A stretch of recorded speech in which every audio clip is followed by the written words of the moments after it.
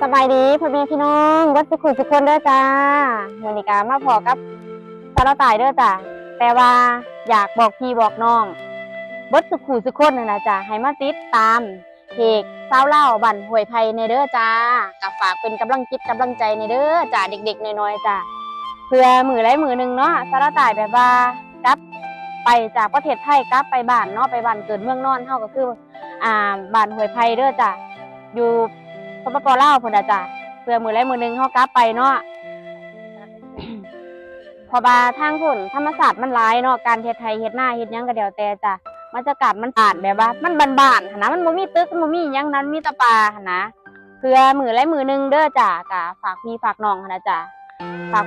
ฝากฝากผลงานในเด้อจ้ะฝากติดตามนำในเด้อจ้ะเดี๋ยวสิขึ้นให้เด้อจ้ะก็บ่มีหยังหลายหรอกจ้ะออกมาเว้ามาบอกคำนี้ล่ะเด้อขอขอบอกขอบใจหลายๆจ้า